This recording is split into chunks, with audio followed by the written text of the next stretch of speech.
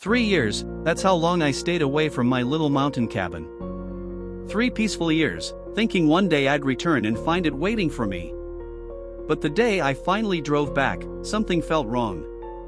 The dirt road that once felt so welcoming now had strange boards across it. And right in front of my own cabin, a giant sign screaming at me, "No trespassing." And just when I thought it couldn't get worse, flashing lights appeared behind me, police SUVs pulling up. How did my quiet retreat turn into this nightmare? And why was the HOA Karen waiting for me at the gate, ready to take everything from me? Stay with me, because what happened next will shock you. Hello friends, and welcome back to HOA Max Stories. My name is David. I'm just a regular man who thought a small cabin in the mountains would bring me peace. But as you'll hear, living near an HOA can turn even the simplest dream into pure drama.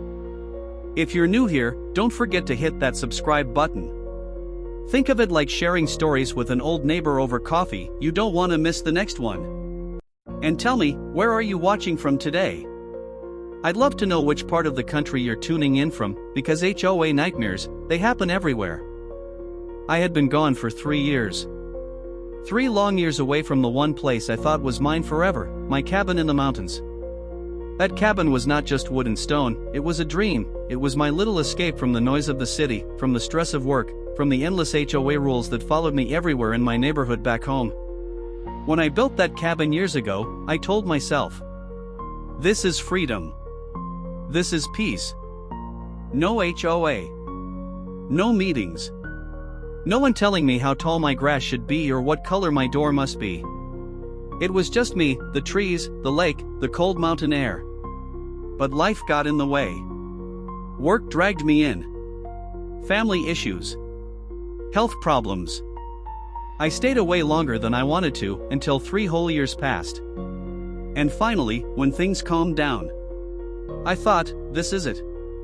I'm going back to my place. My land. I can still remember the drive, winding mountain roads, the smell of pine in the air, the sound of gravel under my tires. I was smiling the whole way, like a kid going back to summer camp after years. But then, something changed.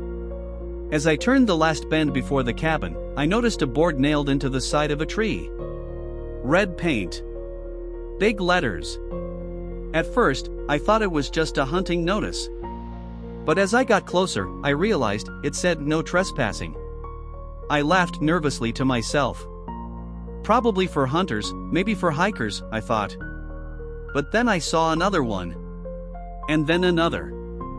And then, right across the dirt road that leads directly to my cabin, a giant wooden barricade. And nailed right to the middle of that barricade, another sign. This one was impossible to ignore. "No trespassing" written in bold white letters on a red background. I froze. My hands tightened on the steering wheel. My heart sank. Why would there be a trespassing sign on my road? I got out of my truck, boots crunching on the dirt. The air was colder than I remembered. Or maybe it just felt that way because suddenly I was nervous. I walked closer to the barricade. The wood looked new. Fresh nails.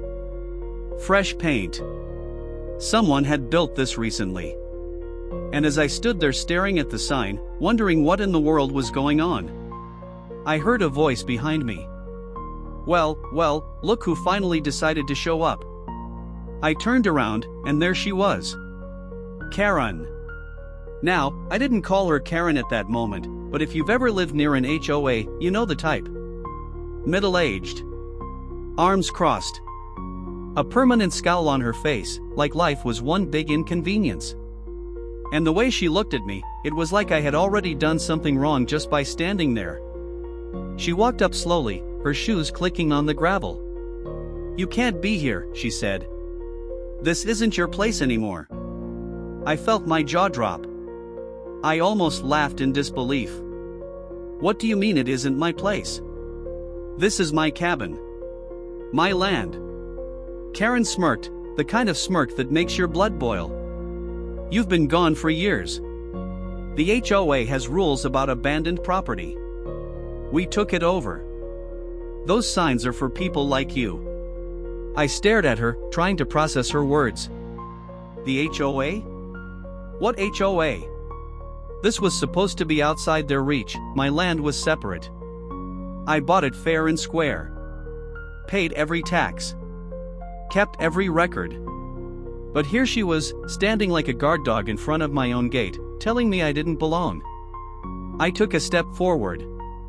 Look, Karen, this is my road. That's my cabin. Those are my trees. You can't just put up signs and claim it's yours. Her face turned red.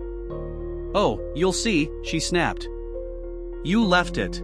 We claimed it. And if you don't leave right now, I'll have the police remove you. I swear, in that moment, I thought she was bluffing. But not even 2 minutes later, I heard it. The distant sound of engines. Then the crunch of tires on gravel. And then, red and blue lights flashing through the trees.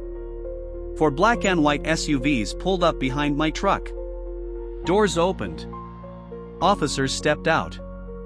And suddenly, I was standing in front of my own cabin, surrounded by police cars, with Karen grinning like she had already won. I could feel my chest tighten. How could this even be happening? Was I about to get arrested for trespassing on my own land? The officers walked up calmly, but serious. Sir, we got a call about a trespasser. Do you have any proof that this is your property? Karen jumped in before I could even speak. He doesn't live here. He abandoned this place years ago. This land belongs to the community now. I raised my hand, trying to get a word in. Wait. I have papers. I have everything. The deed, the taxes, all of it. This is mine. One officer nodded. All right, sir, we'll need to see them. And right there, with Karen glaring at me like I was dirt under her shoe, I reached into my bag and pulled out the one thing that could save me. The proof. But here's the thing. Even with proof, even with papers, even with the truth on my side, this wasn't going to be simple. Because Karen wasn't just any neighbor. She was the HOA president. And she wasn't about to let go of her new power without a fight. And in that moment, standing between flashing police lights, angry officers, and a smirking Karen, I realized this was only the beginning. So let me ask you this, friends. If you came back after years to find no trespassing signs on your own cabin, and a neighbor standing there with the police on her side, what would you do first? Argue, call a lawyer, or jump over that barricade and take back your home? Tell me in the comments below. I really want to hear how you'd handle this nightmare. The officer held my papers in his hands, flipping through slowly, his eyes scanning each line. The only sound was the wind rushing through the pine trees, and the steady tapping of Karen's foot on the dirt, like she couldn't wait for me to lose. Finally, he looked up. Well, these documents look official. He glanced at me. Your name is on the deed. The taxes are current. For 1 second, I felt a wave of relief wash over me, but then Karen jumped in, her voice rising like a siren. Those don't mean anything. He left. He abandoned this place. The HOA rules say if a property is neglected, it belongs to the community. Her words hit me like a hammer. Neglected? Abandoned? This was my land. My home. I clenched my fists but kept calm, because I knew yelling back would only make me look guilty. The officer turned to her. Ma'am, the documents show he's the legal owner. These signs, he gestured at the barricade, they don't change that. Karen's face twisted in anger. Her lips trembled. She stepped closer to me, pointing her finger like a dagger. You don't understand. He's not one of us. He doesn't follow the rules. He can't just walk back here after years and pretend it's still his. The other officers shifted uncomfortably. One of them leaned in toward me. Sir, why exactly were you away for so long? And there it was. The question I didn't want to answer. Because truth be told, I had left after a painful divorce. The cabin was supposed to be our getaway spot. When everything fell apart, I couldn't bear to see it. I thought staying away would heal me, but instead, it gave Karen the chance to stake her claim. I swallowed hard, staring at the ground. I had personal reasons. But I never gave up this place. I never sold it. I paid every single tax. This land is mine. Karen laughed bitterly. Personal reasons? What about the weeds growing here? What about the roof that almost caved in last winter? Who fixed that? The community did. We took care of it while you were gone. And now you think you can just walk back and take it all? Her voice carried across the meadow. Neighbors began peeking out from porches, curious eyes watching the drama unfold. I felt dozens of stares burning into me. The officer raised his hand, trying to calm her down. "Ma'am, yelling isn't helping. We'll handle this." But Karen wasn't listening. She stormed toward the barricade, slapped her hand on the "No Trespassing" sign, and shouted, "This stays. He doesn't belong here."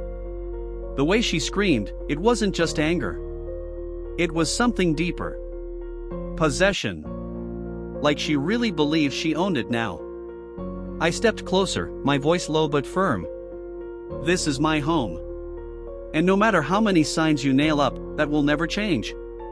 The officers looked back and forth between us, the tension so thick you could almost touch it. And for a moment, it felt like something was about to snap either her or me. Then one officer spoke softly. "Sir, you have every right to be here. But this looks like a bigger conflict than just signs. If she filed complaints through the HOA, this could get messy in court." My stomach sank again. Court. Lawyers. Months of battles. Was this the nightmare I had walked back into? And as I looked around, the flashing lights, the angry neighbor, the crowd of silent watchers, I realized something chilling. This wasn't just about signs. This was about control. About power. About who truly ruled this quiet mountain road. And I had to decide right then, would I fight back with everything I had, or would I walk away and let Karen win? So tell me, if you were standing there, with police on one side, and angry HOA Karen on the other, and neighbors silently judging every move, would you fight, or would you walk out? The shouting quieted for a moment, but the silence was even heavier than the noise. I stood there, gripping the papers that proved this land was mine, while Karen clutched the wooden barricade like it was her throne. I thought the worst was over. The officers had seen my proof. They told her the land was mine. But as I turned my eyes toward the cabin, my stomach twisted all over again. Because the signs, the red "No Trespassing" boards, weren't just on the gate. They were everywhere. Nailed into the trees along the dirt road. Stuck into the ground on both sides like angry flags. One was even hammered right into the wooden siding of my cabin, as if to say, "This is no longer yours." Each sign screamed at me louder than Karen's voice ever could. And the worst part? They looked permanent. Fresh nails. Fresh boards. Someone had spent hours putting them up. Someone had wanted me to see them the moment I returned. I walked forward slowly, my boots crunching the gravel. The officers followed me. Karen trailed behind, muttering under her breath. When I reached the front porch, my chest tightened again. There was another sign nailed to my cabin door. Right across the old wood, blocking the handle. I touched it with my fingers. The paint was still fresh. My cabin door had become a warning board. I turned back to Karen. "You did this." She didn't flinch. "You're not welcome here. This community doesn't want you. The HOA doesn't want you. This isn't your home anymore." Her eyes burned with a strange kind of satisfaction. She wasn't just angry. She was proud of what she had done. The officers stepped in. "Ma'am, you can't put signs on someone else's property." Karen snapped back instantly. "Someone else's property? He abandoned it. We took care of it when he was gone. We fixed the roof when it was leaking. We shoveled snow off this road every winter. And now he wants to stroll back in and act like he deserves it? No. This is ours now. Her words dug into me like sharp nails. Had they really touched my cabin? Had they changed things while I was gone? The thought of strangers inside my home, moving my things, repairing without my permission, it felt like trespassing in reverse. The officer turned to me. "Sir, is any of this true? Did the HOA maintain this property while you were away?" I shook my head slowly. I never asked them to. This was never their responsibility. If they touched it, they crossed a line. Karen laughed. Crossed a line? We saved it. Without us, it would have fallen apart. You should be thanking us. Her words dripped with arrogance. And for a second, I almost wished the cabin had fallen apart instead of being touched by her hands. I turned back to the porch, running my hand along the railing. Dust. Splinters. But also new nails. Shiny. Not mine. Someone had been here. Someone had changed this place while I was gone. The thought made me sick. The officers looked uneasy. One of them spoke gently. "Sir, this situation is complicated. You own the land. That's clear. But if they filed claims or done work, they might try to argue in court for reimbursement or even partial control." My jaw clenched. Court again. Always court. Always paperwork. And all I wanted was to sit inside my own cabin and feel at peace. Karen's voice cut through my thoughts. "You see? Even they know. You can't just come back. We've built something here without you. And you don't belong." I turned to her slowly. "Karen, this isn't about belonging. This is about right and wrong. This is about what's mine." The look on her face shifted. For just a moment, I saw fear beneath the anger. Maybe she realized I wasn't going to back down. Maybe she realized I wasn't that man who left 3 years ago. But then, just as quickly, the fear vanished, replaced by a wide grin. She reached into her bag and pulled out a folder. "This," she said, waving it in the air, "is every complaint we've filed against you with the HOA. Every violation. Every letter. Every fine. You owe us thousands. And until you pay, those signs stay." My heart pounded. Thousands? For what? For being away? For not painting my cabin the right shade of brown? For grass that grew too tall while I was gone? The officers glanced at the papers, but didn't take them. "That's a civil matter, ma'am. We're only here for trespassing." Karen stepped closer to me, her voice low so only I could hear. "You may have your deed, but I have the power of the community. And trust me, I'll make your life hell before you ever step foot inside that cabin again." Her words chilled me more than the mountain air. Because deep down, I believed her. The officers finally turned to me. "Sir, legally you can remove these signs. You can enter your cabin. But if you do, be prepared for a fight. This isn't ending today." I looked back at the cabin door, the red sign glaring at me. I imagined pulling it off. Walking inside. Sitting in the chair by the fireplace like nothing happened. But then I saw Karen's grin, the folder in her hand, the neighbors watching from their windows, and I knew it wouldn't be that simple. I stood there frozen. Between my past and my future. Between peace and war. Between what was rightfully mine, and what she believed was hers. The mountain air felt heavy. My chest tight. My head spinning. And I realized something I never thought I would admit out loud. I wasn't just fighting for a cabin. I was fighting for my dignity. For my right to exist in the one place I thought was safe. And at that moment, with the police waiting, Karen smirking, and my cabin door blocked by a sign that screamed "No trespassing," I had to make a choice. So tell me, if you were in my shoes, would you rip down those signs and walk inside your cabin no matter what, or would you hold back, knowing the fight with the HOA might only get uglier? The officers stood still, their hands resting on their belts, their eyes shifting between me and Karen like they were caught in a storm they didn't want to be part of.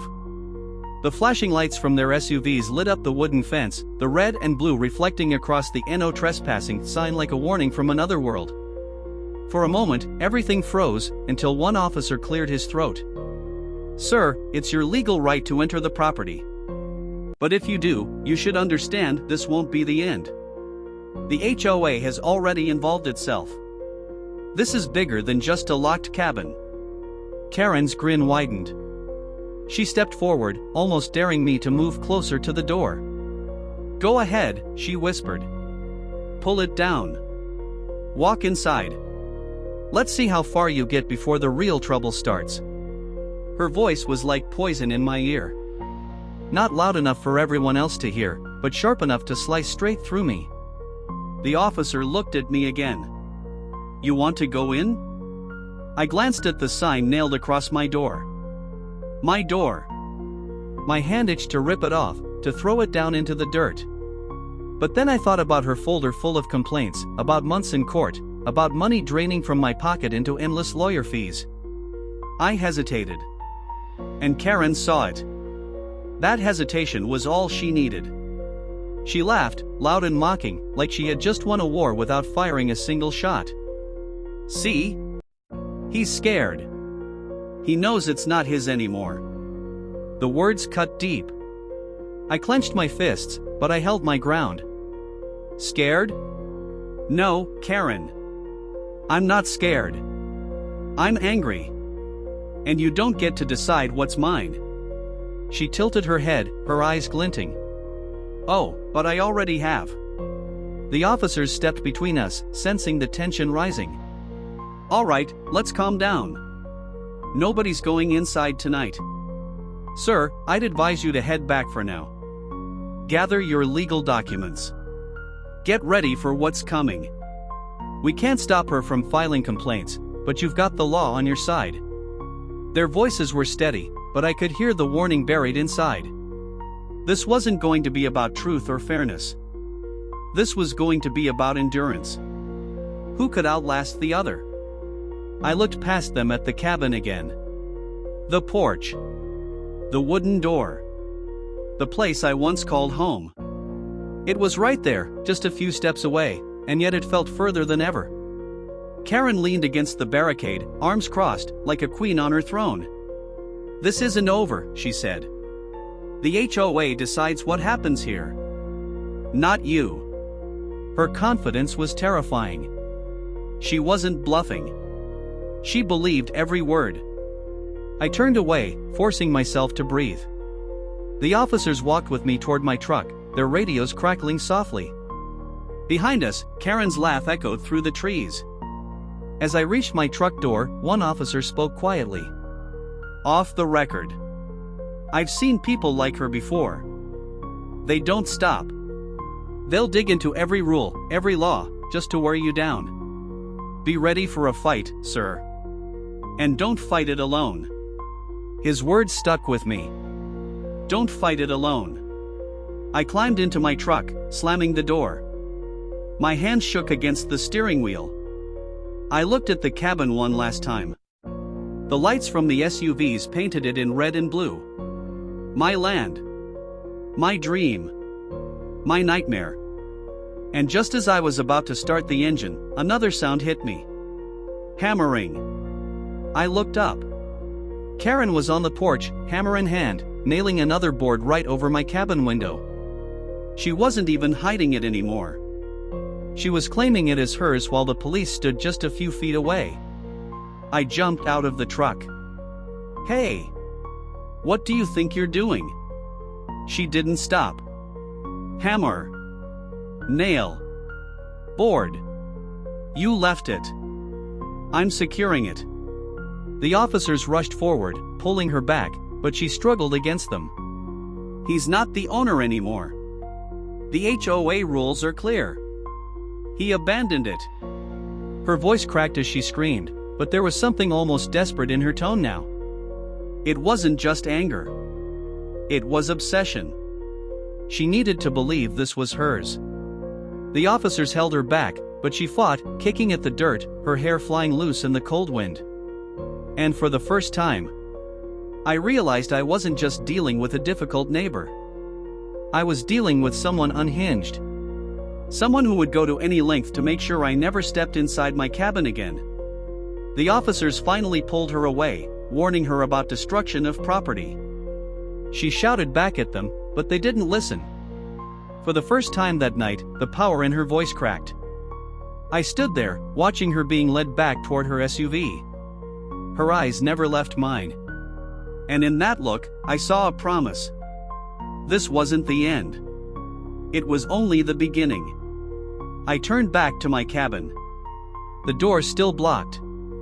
The sign still shouting at me. My home still stolen in plain sight. I knew I couldn't stay there that night.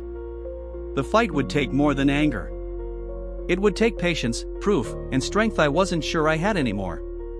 But as I drove down that long dirt road, the shadows of the trees stretching across my windshield, I made myself a vow. I wasn't going to let Karen or the HOA win. Not this time. Not ever. And now I have to ask you. If you caught someone nailing boards onto your windows, claiming your home right in front of the police, would you stop them with your own hands, or would you hold back and fight with the law? I didn't sleep that night. Not a single second. I sat at my kitchen table back in town, the deed spread out in front of me, tax receipts stacked in a pile, and my hands shaking with both rage and exhaustion. The image of Karen's grin, her hammer hitting my cabin window, the way she shouted that the land wasn't mine, it all replayed in my head like a broken record. I had the papers. I had the proof. But in that moment, I realized something chilling. Proof doesn't stop people like her. People like her live for the fight. They twist rules, stretch them, bend them, until they've trapped you in a web of their own making. And when I opened that folder of complaints the officer let me glance at, I finally understood the size of the web she had built. Violation notices. Absentee owner claims. Grass too tall. Road not cleared. Cabin unsafe for the community. Page after page of petty little accusations, every one of them stacked like ammunition, waiting to be fired at me the second I stepped back into that cabin. I slammed the folder shut and leaned back in my chair. The clock ticked past midnight. I asked myself, how do you fight someone who doesn't care about truth, only control? The next morning, I drove to the county office. The clerk recognized me instantly. This was a small town, after all. When I explained what was happening, she shook her head. They've been calling about your property for years, she said. Filing reports. Asking questions. Always the same woman. Always that Karen. Her words sent a shiver down my spine. So this wasn't sudden. She'd been planning this. Building her case, brick by brick, hoping I'd never return. I asked for copies of every record. Every tax receipt, every ownership file, every deed entry. The clerk handed them to me with a sympathetic smile. You're the rightful owner. Don't let her scare you. But as I walked out of that office with the stack of papers under my arm, I couldn't shake the feeling that this wasn't just about law. This was personal. That evening, I drove back up the mountain road. The sun was low, the light gold against the trees. I expected silence. Maybe peace. But when I reached the cabin, my jaw clenched all over again. More signs. She had put up more signs. Fresh boards lined the dirt road, all pointing toward my cabin like arrows. No trespassing. Private property. HOA enforcement. And standing near the barricade. Karen. Waiting. She smiled as I pulled up. Back again so soon? I stepped out of the truck, holding my papers like a weapon. This is mine. I have every document, every tax record. You can't touch it. She laughed softly, shaking her head. Oh, you think this is about papers? You don't get it. This is about the community. About the people who live here year-round while you abandoned it. And guess what? They're all on my side. As if on cue, I saw movement behind her. Neighbors stepping out of their houses, watching, whispering.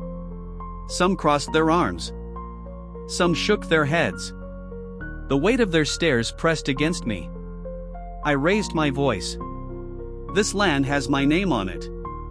My money built that cabin. My sweat. My work. You can't erase that with your little signs. Karen's eyes narrowed. Oh, but I can bury you in complaints. I can drag you through hearings. I can make sure every time you step foot here, the sheriff gets a call. Do you really want to spend your golden years in a courtroom fighting me? Her words were venom, dripping slow and deadly. I opened my folder, pulling out the deed, the stamped county seal catching the evening light. This says otherwise. This says I own it. And no matter how loud you scream, this is stronger than you. For the first time, I saw her flinch. Just for a second. But then she straightened up, her voice sharper than ever. Enjoy your cabin while you can. Because I'll find a way. I always do. Her confidence was terrifying. She wasn't just fighting me, she was obsessed with winning. The officers weren't there this time. It was just me, Karen, and the neighbors watching like it was a play on stage. And for the first time in years, I raised my voice. You're not taking this from me. Not today. Not ever. The crowd whispered louder. Some looked shocked. Some nodded. But Karen just stared, her smile fading into a thin, dangerous line. I pushed past the barricade, tore down the first sign, and threw it into the dirt. My heart pounded in my chest, my hands shaking, but I kept moving. One by one, I ripped the signs off the fence. Off the trees. Off my cabin door. Karen screamed behind me. You can't do that. Those are HOA property. I didn't stop. Each nail that came loose, each board that fell, felt like reclaiming a piece of my life. My land. My dignity. Finally, I pulled the last sign off my door, dropped it on the porch, and turned back to her. This is my home. And if you think a piece of wood will keep me out, you're wrong. Her face burned red. Her hands trembled. She looked ready to explode. But then, she smiled again. A slow, chilling smile that froze me where I stood. You think this is over? You've just made the biggest mistake of your life. Her words echoed in the mountain air. And in that moment, I realized something terrible. Signs were just the beginning. The real war hadn't even started yet. So I want to ask you, if you were standing on that porch, finally tearing down every sign, and your enemy smiled at you promising this was only the beginning, would you feel victory, or would you feel fear? The boards were gone, the signs lay scattered in the dirt like broken shields after a battle. For the first time in years, I stood on my porch without the words "No trespassing" staring back at me. But peace didn't last long. Karen's face twisted as she realized she had lost her barricade. Her eyes went wide, her lips curled, and then she erupted. You criminal! You vandal! You'll pay for this! Her voice carried through the trees like a siren. And then something I hadn't expected happened. Neighbors began walking closer. They weren't hiding on their porches anymore. They were gathering at the road, whispering, pointing, staring at me like I was the villain of this story. Karen fed off their attention. She turned to them, waving her arms like a preacher at a sermon. Do you see what he's done? He abandoned this place, left it to rot, and now he storms back like he owns it. This isn't community. This isn't respect. This is chaos. The crowd murmured louder. Some nodded. Some frowned. But nobody spoke up. I stepped down from the porch, holding my papers high. This land is mine. The deed has my name. The taxes are paid. She can shout all she wants, but facts are facts. Karen's laughter sliced through my words. Facts? You think facts matter? You think paper matters more than people? These folks have lived here, worked here, cared for this place while you disappeared. You think you can waltz back in and demand respect? Her words stung not because they were true, but because they were so carefully twisted. She wasn't just angry. She was skilled. She knew how to turn the crowd. I tried again. I never abandoned anything. I had reasons, personal reasons. But I never gave this up. I never gave her permission to put her signs on my door. Karen's eyes flared. She stomped her foot like a child. Personal reasons? Excuses. You were gone for 3 years. 3. We kept the road clear, we fixed the roof, we made sure squatters didn't take it. And this is the thanks we get? The crowd began nodding now. My stomach sank. I looked at the faces in front of me, men with folded arms, women with hands on their hips, teenagers recording everything on their phones. It felt less like a neighborhood and more like a jury, waiting to deliver a verdict. And then Karen exploded completely.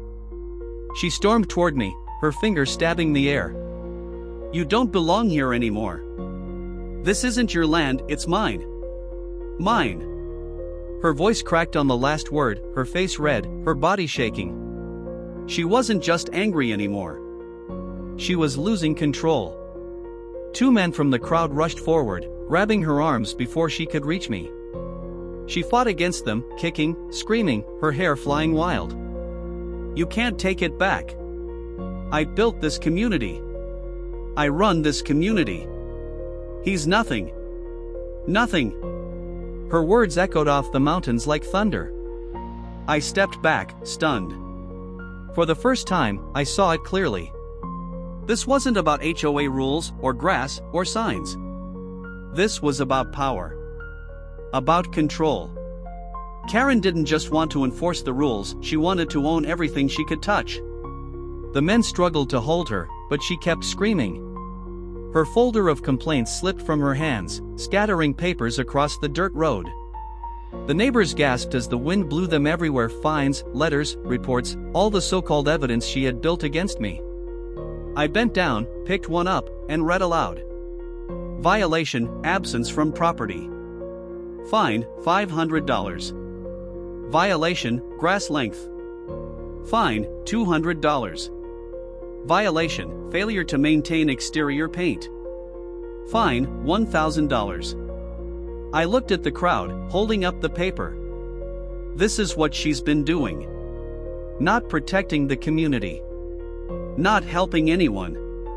Just writing fines. Just grabbing control. Does this look like fairness to you? Silence. For a moment, nobody moved. Then an older man in the back spoke up. His voice was low, but strong. She fined me last year for having the wrong kind of mailbox. Charged me $300. Said it was for aesthetic harmony. Another voice joined. She threatened to tow my truck because it was parked an inch over the line. The crowd began to shift. Murmurs spread. Heads turned. And for the first time, Karen's power began to slip.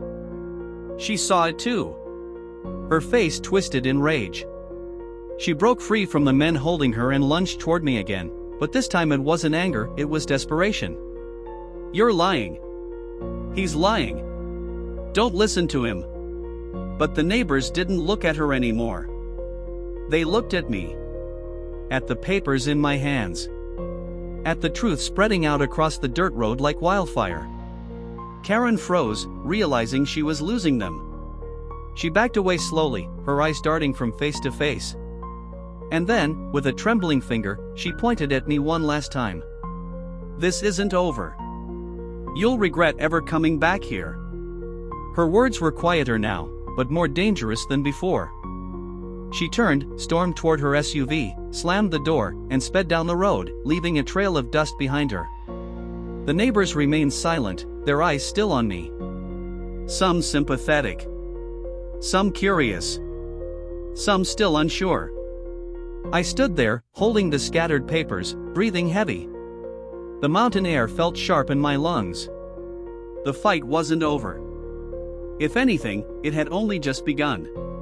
But for the first time, I wasn't standing alone. And now I want to hear from you. If your whole neighborhood turned into a jury, with one loud voice trying to twist the truth against you, would you fight back in front of everyone, or would you keep silent and let the papers speak for themselves? The dust from Karen's SUV still hung in the air when silence finally returned to the road.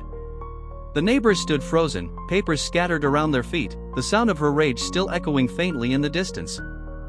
I bent down, gathering the papers into my arms, each one a reminder of how far she had gone to erase me. But as I looked at those letters, something strange happened. I didn't feel beaten anymore. I didn't feel cornered. I felt free. Because the truth wasn't hidden anymore. Everyone had seen it with their own eyes.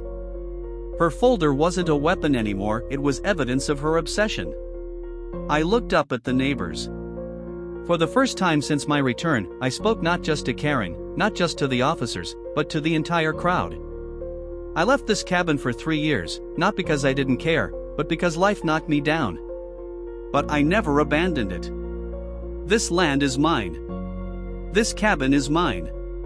And no one, not even an HOA president, has the right to take it away. The old man who had spoken earlier stepped forward. His voice cracked but was steady. You're right. She's gone too far. A woman joined in. We've all felt it. She finds us, bullies us, makes everything harder. Maybe it's time someone stood up to her. The murmurs grew louder. And for the first time, the crowd wasn't a jury staring at me, they were people realizing they had been living under the same shadow. I nodded slowly. Then maybe it's time we stop being afraid of her. The words hung in the air like a spark waiting for flame. But before anyone could answer, the crunch of tires returned. Another SUV. For a moment, my chest tightened, thinking Karen had come back for another round. But it wasn't her. It was the county sheriff. He stepped out, a tall man with a weathered face, hat pulled low against the setting sun. He looked around at the scattered signs, the papers in my arms, the uneasy faces of the neighbors. Then his eyes met mine. Son, he said, his voice calm but heavy, we've had complaints about this property for years. I've been hearing one story from her, and now I see there's another story to tell. I walked forward, holding out the deed. This land is mine. Always has been. She tried to take it. She nailed signs on my door. She called the police on me for trespassing on my own land. The sheriff studied the papers carefully, then nodded once. Looks solid to me. Karen wasn't here to defend herself this time. Her absence made her silence louder than any scream. The sheriff turned to the neighbors. You've all seen what's been happening. And I'll tell you this. HOA rules don't erase property rights. She overstepped. The crowd shifted. Some sighed in relief. Some whispered. But most just nodded, as if finally hearing what they had waited years to hear. The sheriff placed a hand on my shoulder. You've got a fight ahead of you. She'll drag this into meetings, maybe even court. But the law's clear. You're the owner. Don't let her scare you off. For the first time since stepping foot on that road, I felt the weight lift. Not gone, but lighter. The neighbors slowly began to leave, each one giving me a look. Some sympathetic. Some apologetic. Some even grateful. And then I was alone again, standing in front of my cabin as the sun dipped behind the mountains. I turned to the porch, the boards still scarred where the signs had been nailed. I reached for the door handle. It turned easily. The door creaked open. The air inside was musty, heavy with dust, but it was mine. The old chair by the fireplace. The shelf I'd built with my own hands. The photographs still hanging crooked on the wall. It was all still there. Untouched. Waiting. I stepped inside, breathing it in. For the first time in 3 years, I was home. But as I sat down, the silence of the cabin pressed against me. And with it, the sheriff's words echoed in my mind. She'll drag this into meetings. Maybe even court. Don't let her scare you off. I knew Karen wasn't done. She wasn't the type to walk away quietly. She would come back with new tricks, new complaints, new ways to push me out. The fight wasn't over. It was just beginning. But I also knew something else. This time, I wasn't facing her alone. The neighbors had seen her true face. The sheriff knew the truth. And I had my papers, my proof, my will. The cabin might need repairs. The road might be rough. The nights might be quiet. But this was my land. My peace. My battle. And I wasn't leaving again. I leaned back in the chair, the fire crackling faintly as I lit it for the first time in years. Shadows danced on the walls, but the weight on my chest was lighter now. The nightmare wasn't gone, but the dream wasn't dead either. And in that strange mix of peace and tension, one thought stayed with me. Karen wasn't just my enemy. She was a storm. And storms always come back. So now I'll ask you, if you were sitting in that cabin, finally home after years, knowing your enemy was still out there planning her next move, would you rest easy, or would you stay awake all night waiting for the storm to return?